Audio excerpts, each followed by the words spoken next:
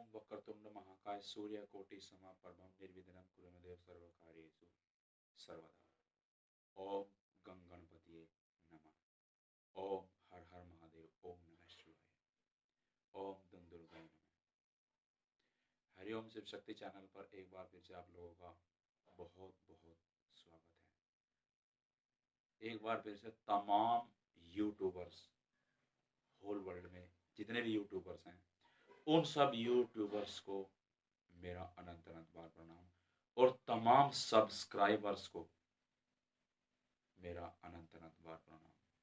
क्योंकि सब्सक्राइबर्स ही वो चीज़ है, इसमें मुख्य भूमिका जिनकी है जो हर यूट्यूबर्स को एक प्लेटफॉर्म तैयार करके देते हैं। यूट्यूबर्स असल में अकेला कुछ भी नहीं कर सकता है। एक प्लेटफॉर्म जो तैयार होता है वो यूट्यूबर्स को दिया जाता है, वो सब्सक्राइबर द्वारा ही प्रदान किया जाता है। तो एक अलग विषय के साथ आज का विषय है कि हम लोग अपनी लाइफ में बहुत दुख उठाते हैं, बहुत कष्ट उठाते हैं और इन सब के बीच भी महान कौन है। आज का विषय यही है कि महान कौन है, किसका व्यक्तित्व महान है। क्या जिसके पास बहुत सारा धन, प्रॉपर्टीज, क्या वो महान है? क्या जिसके पास बहुत सारे अनेक प्रकार के ज्ञान का कलेक्शन है, क्या वो महान है? सोचिए, कौन महान हो सकता है इस दुनिया में? महान कौन हो सकता है, जरा सोचिए। वो व्यक्ति जो हर वक्त हर समय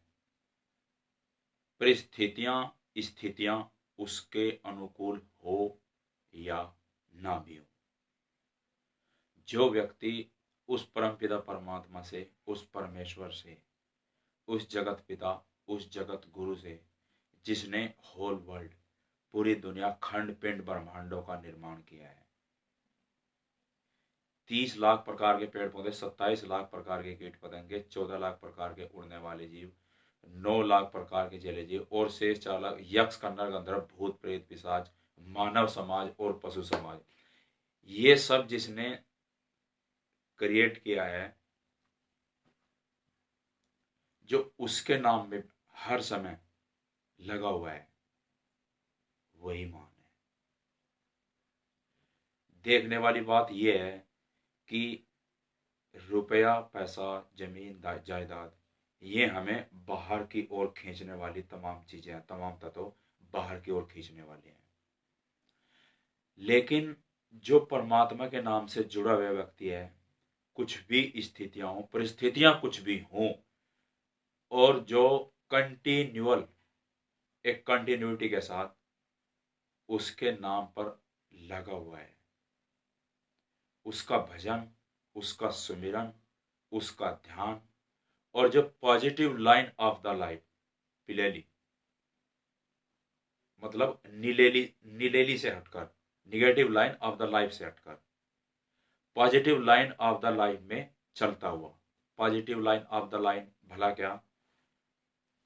दया, प्रेम, सहजता, विनम्रता, अक्षमा, सहिष्णुता, जो दया का भाव रखता हुआ सभी जीव जंतुओं के प्रति, सभी को एक आत्मा के रूप में देखता हुआ कि सभी जीव बराबर हैं, भले ही किसी भी जामे में हो, कहीं भी हो, किसी भी फॉर्म में हो। वो तो अपने अपने कर्मों का खेल है कि कौन कहाँ है, कौन क्या कष्ट भुगत रहा है, क्या दुख भुगत रहा है, इससे मतलब नहीं है।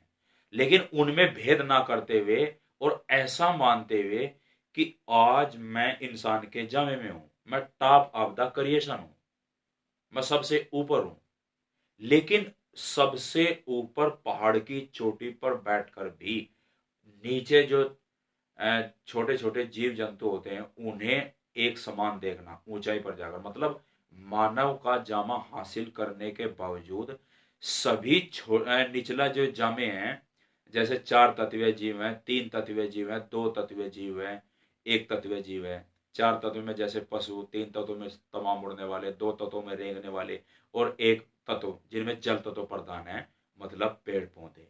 उन्हें उन सबको अपने सबको एक समान देखना, एक दृष्टिकोण से देखना, उसका स्टैंड पॉइंट एक ही रहता है।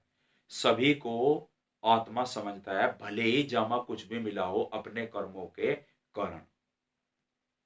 वही व्यक्ति महान है जो सभी जीवों पर दया करता हो, उन्हें प्रताड़ित ना करता हो, और एट ए ग्लांस, एक ही बार में सबको देख लेता हो कि भाई मजबूरी है, मैं क्या कर सकता हूं, परमात्मा का दिया हुआ दुख है। कोई कुत्ता है, कोई बिल्ली है, कोई अन्य जानवर है, अब मैं इन्हें कहां फोन कर सकता हूं। उनके बारे में इस बात को बिल्कुल गहराई से सोचता हुआ, लगातार दया और प्रेम, सबसे प्रेम का भाव रखता हुआ, सहजता, उसके अंदर सहजता एक तत्व, जो पॉजिटिव तत्व, परम पिता परमेश्वर का पॉजिटिव तत्व है। सहजता भी बिल्कुल एक अटूट मात्रा में होती है, वो कभी उसका डिवेस्टेशन नहीं होता। उसके अंदर सहजता, विनम्रता, भाव, जिसका भाव इतना अच्छा हो कि सबसे प्रेम से बात करना, सबको एक नजरिए से देखना, इंसान को इंसान समझना। अक्षमा, जिसके अंदर अक्षमा हो, कुछ भी कहे, कितनी बातें बनाए, कोई चाहे उसका कुछ भी नुकसान करे, लेकिन उसके अंदर एक दया का ही भाव होता है। तो सहजता, विनम्रता, दया, प्रेम और सहिष्णुता, सुनने की भी एक क्षमता होती है उस व्यक्ति के। ऐसे जो ऐसा व्यक्ति होगा जिसके अंदर ये परमपिता परमेश्वर के पॉजिटिव तत्व होंगे, वो positive line of the life में होगा।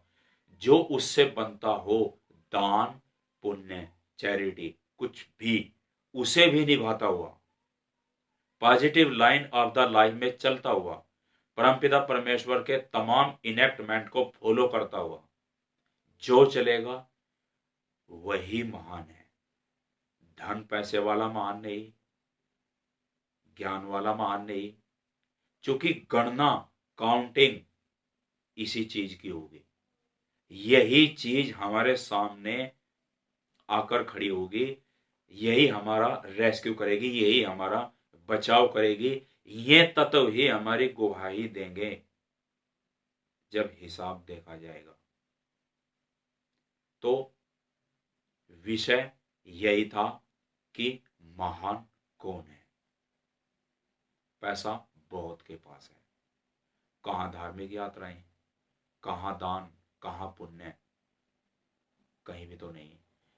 उस पैसे का गलत इस्तेमाल, negative line of the life में जाते हुए, मानते हैं अच्छे कर्मों के कारण परमपिता परमेश्वर हमें ये सौगात देता है कि आप ये चीज, इतना धंधा ले लो और इसके जरिए अपना लाइवलीहुड, सबसिस्टेंस, इसको मेंटेन करिए।